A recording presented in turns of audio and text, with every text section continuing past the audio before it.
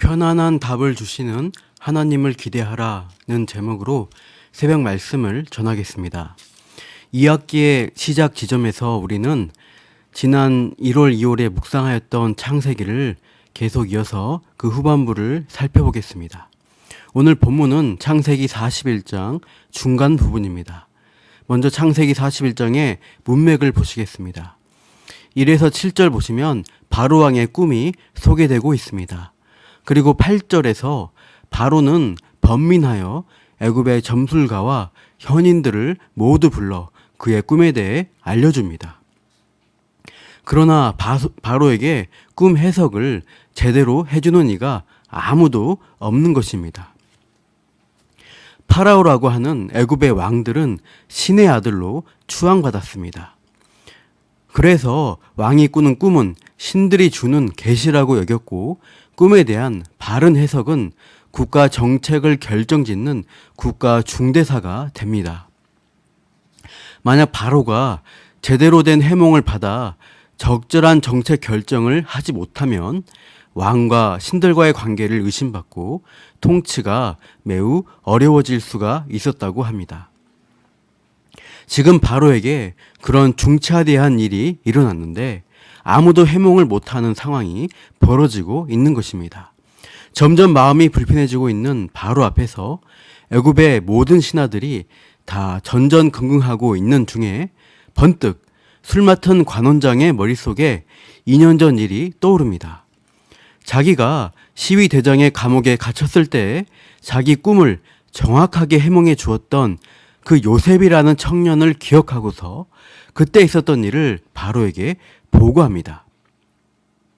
그렇게 해서 14절 바로의 부름에 의해 요셉이 감옥에서 나올 수 있게 되었습니다. 바로가 요셉을 부르는 모습을 볼 때 상당히 긴급하다는 느낌을 받게 됩니다. 14절 이에 바로가 사람을 보내어 요셉을 부르매 그들이 급히 그를 옥에서 내놓은지라. 급히 빨리빨리 감옥에서 요셉을 꺼내오고 있습니다. 구덩이 같은 감옥에 가둘 때는 언제 출소시킬지 아무런 계획도 없이 유야무야 평생 감옥에서 썩게 만들 것만 같았습니다. 그런데 바로의 직권에 의해 감옥에서 나오게 될 때는 급히 순식간에 모든 게 이루어집니다. 요셉이 왕을 아련하기에 앞서서 접견할 수 있는 외모적인 예의가 필요했던 것 같습니다. 감옥에서 나오자마자 곧 수감 생활 동안 제멋대로 자라난 수염을 단정하게 깎습니다. 꾀재재한 죄수복을 벗어 깨끗한 이집트식 복장으로 갈아입습니다. 이런 과정들이 순식간에 진행됩니다. 그리고서 왕 앞에 인사 말씀 같은 건 다 거두절미하고 15절 바로가 요셉에게 이르되 하면서 곧바로 바로가 자기의 고민을 이야기합니다. 이렇게 진행되는 과정이나 바로의 말 속에서 어떤 느낌을 받을 수 있을까요? 바로의 마음이 매우 급하다는 느낌입니다. 바로의 태도에서 불안과 걱정이라는 심리를 찾아볼 수 있습니다. 왜 불안하고 걱정하는가요?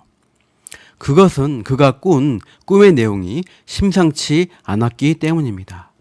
본문 17절, 24절까지 그 꿈의 내용을 요셉에게 알려주고 있습니다. 꿈에 대해 자세히 설명하는 바로의 말 속에서도 그 바로의 심리가 드러납니다. 바로는 긍정적인 대상과 부정적인 대상을 말합니다. 살지고 아름다운 암소와 흉하고 파리한 암소입니다. 그런데 살찌고 아름다운 7 암소에 대해서는 18절 한 절에서만 설명합니다. 보니 살찌고 아름다운 7 암소가 나일 강가에 올라와 갈밭에서 뜯어먹고, 살지고 아름다운 그것도 완전수인 7 암소라는 것은 나일강의 풍요와 생명력을 잘 드러냅니다. 그러나 문제는 그 다음입니다. 19절 그 뒤에 또 약하고 심히 흉하고 파리한 7 암소가 올라오니 그같이 흉한 것들은 애굽 땅에서 내가 아직 보지 못한 것이라. 전대미문에 끔찍하게 흉한 일곱 암소의 모습과 행동에 대해 세 절에 걸쳐서 자세히 설명합니다. 바로의 관심은 앞서 긍정적인 대상이 아닌 온통 부정적인 대상과 상황에 쏠리고 있습니다. 설명의 길이뿐만 아니라 표현에서도 그 바로의 심리가 나타납니다. 19절, 심히 흉하고 파리한 일곱 암소라고 하죠. 앞에 3절에서는 그냥 흉하고 파리한 다른 일곱 암소라고 표현했습니다. 그에 비해서 19절에서는 약하고 심히라는 강조를 하고 있는 것을 볼 수 있습니다. 이어서 그같이 흉한 것들, 일생에 한 번도 본 적이 없을 정도로 충격적이었다는 겁니다. 더 큰 문제는 뭔가요? 21절, 먹었으나 먹은 듯 하지 아니하고 여전히 흉하더라. 파리하고 흉한 소가 살진 소를 잡아먹었어도 좋아지는 게 하나도 없이 여전히 흉한 상태로 끝이 났다는 겁니다. 그렇게 부정적이고 흉악한 대상에 대해서 이 모든 강조를 하고 있습니다. 그래서 22절, 24절에 일곱 이삭에 대한 꿈 얘기는 간단하게 말해줍니다. 그래서 바로가 그렇게 긴급하게 요셉을 부른 이유가 꿈에서 받은 불길함으로 인한 두려움과 불안 때문이라고 할 수 있습니다. 이 문제를 제대로 파악하고 대처하기 위해서 바로의 마음은 매우 조급했습니다. 그런데 사실 바로왕은 어떤 존재입니까?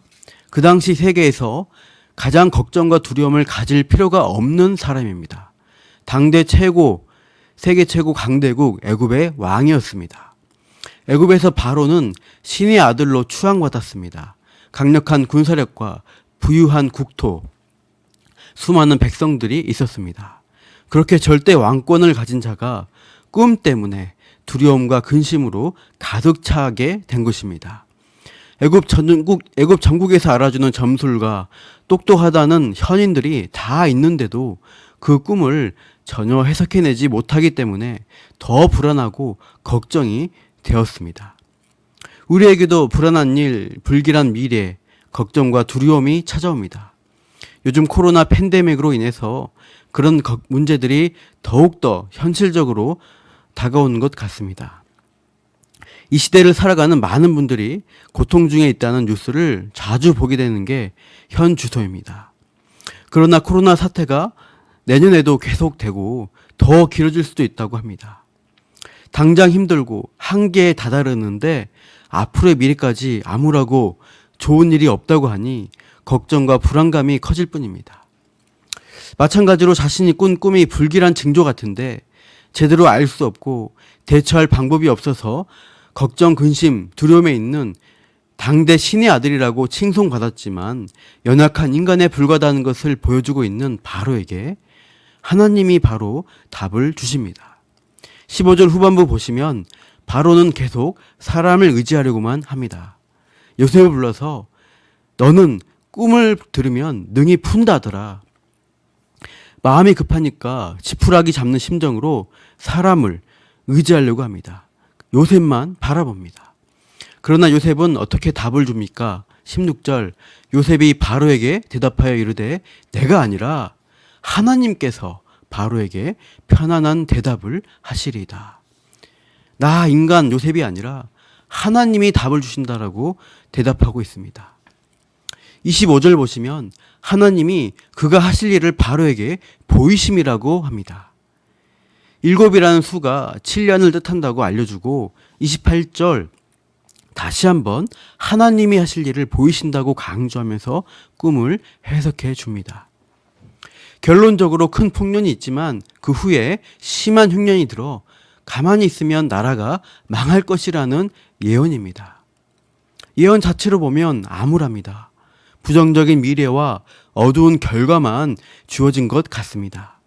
그런 바로에게 하나님이 해결책 또한 주십니다.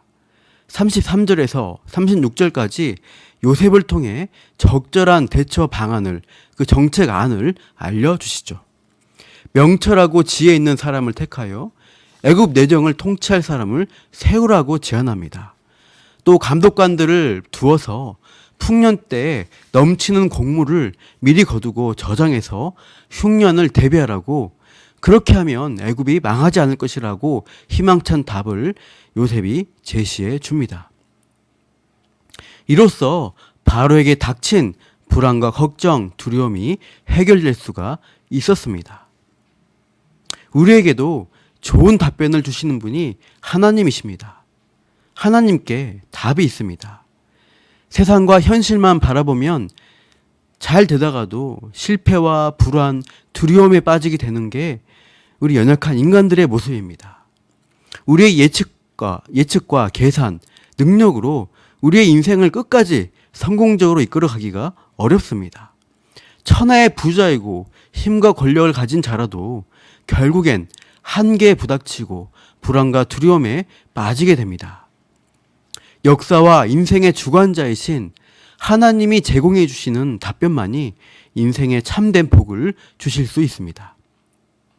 하나님의 말씀과 약속 가운데서 답을 찾으시고 하나님이 주시는 평안을 누리시기를 축복합니다. 빌립보서 4장 6절 7절 아무것도 염려하지 말고 다만 모든 일에 기도와 간구로 너희 구할 것을 감사함으로 하나님께 아뢰라. 그리하면 모든 지각에 뛰어난 하나님의 평강이 그리스도 예수 안에서 너희 마음과 생각을 지키시리라. 사랑하는 성도 여러분, 염려되는 상황과 환경 가운데서 하나님 백성이 해야 할 일은 기도와 간구입니다. 선하신 하나님이 좋은 답을 주실 것을 바라보고 감사함으로 어려울 때일수록 더욱 기도해야 하겠습니다.